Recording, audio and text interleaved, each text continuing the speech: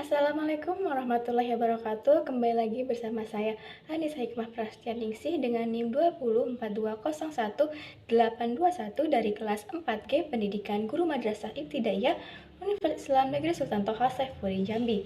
Pada kesempatan kali ini saya akan menjelaskan materi mengenai pengembangan bakat dan kreativitas anak dengan dosen pengampu yaitu Bapak Citra Victoria MPD. Mari simak penjelasan dari saya. Langsung saja kita masuki materi kita, pengembangan bakat dan kreativitas anak. Yang pertama ada kreativitas. Kreativitas adalah kemampuan untuk menciptakan sesuatu yang baru, baik yang benar-benar merupakan hal baru atau sesuai ide baru yang diperoleh dengan cara menghubungkan beberapa hal yang sudah ada dan menjadikan suatu hal yang baru.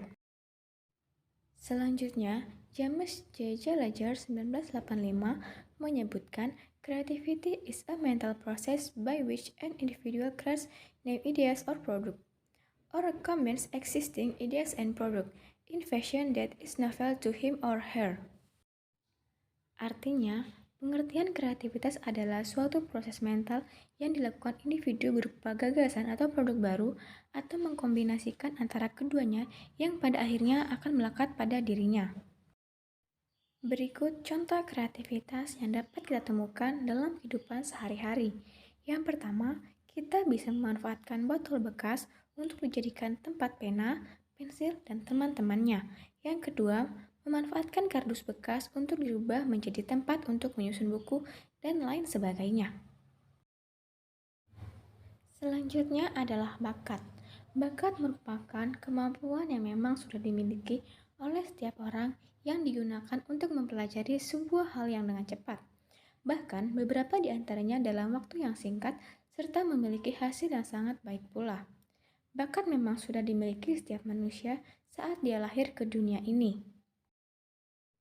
Berikutnya, Kartini Kartono 1979. Dalam pendapatnya, ia mengartikan bakat sebagai suatu hal yang mencakup segala faktor yang ada di dalam diri individu yang dimiliki sejak awal pertama kehidupannya dan kemudian menumbuhkan perkembangan keahlian, keterampilan, dan kecakapan tertentu.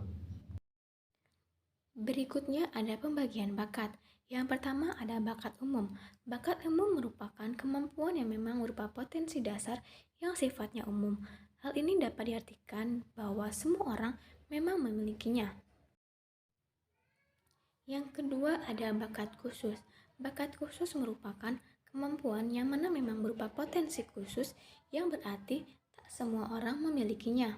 Misalnya saja bakat olahraga, seni, pemimpin, penceramah, dan masih banyak lainnya. Materi yang terakhir adalah mengembangkan bakat dan kreativitas pada anak. Dalam prosesnya tentunya ada tahap penyesuaian. Dalam tahap ini terbagi atas dua. Yang pertama, penyesuaian pribadi.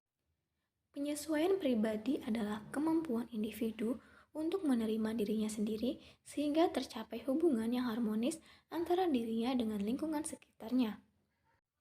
Keberhasilan penyesuaian pribadi ditandai dengan tidak adanya rasa benci, lari dari kenyataan, atau tanggung jawab, dongkol, kecewa, atau tidak percaya diri pada kondisi dirinya. Yang kedua ada penyesuaian sosial. Penyesuaian sosial terjadi di dalam masyarakat. Di dalam masyarakat tersebut terdapat proses saling mempengaruhi satu sama lain silih berganti.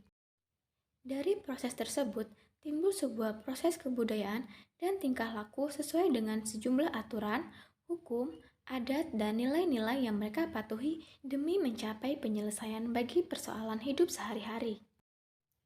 Selanjutnya, peran guru dalam membantu mengembangkan bakat dan kreativitas pada anak. Yang pertama, memberikan stimulus. Stimulus dapat dilakukan misalnya dengan merancang strategi mengajar yang dapat menjangkau minat dan bakat siswa. Yang kedua, menciptakan lingkungan yang mendukung. Lingkungan yang kondusif untuk mengembangkan bakat siswa adalah lingkungan yang memudahkan siswa mengakses segala sesuatu yang berhubungan dengan minat dan bakatnya. Salah satunya adalah dengan memberikan fasilitas yang memadai, misalnya seperti lapangan, peralatan, dan juga waktu yang cukup untuk melakukan kegiatan sesuai dengan minat dan bakat mereka. Yang terakhir, memberikan motivasi dan apresiasi. Jika siswa mendapatkan prestasi dari kegiatan pengembangan minat dan bakat mereka, jangan segan-segan untuk memberikan apresiasi. Mengapresiasi sekecil apapun hasilnya, pemberian apresiasi sangat penting untuk menambah semangat dan kepercayaan diri pada diri siswa. Nah, itu saja materi yang dapat saya sampaikan. Saya ucapkan terima kasih. Wassalamualaikum warahmatullahi wabarakatuh.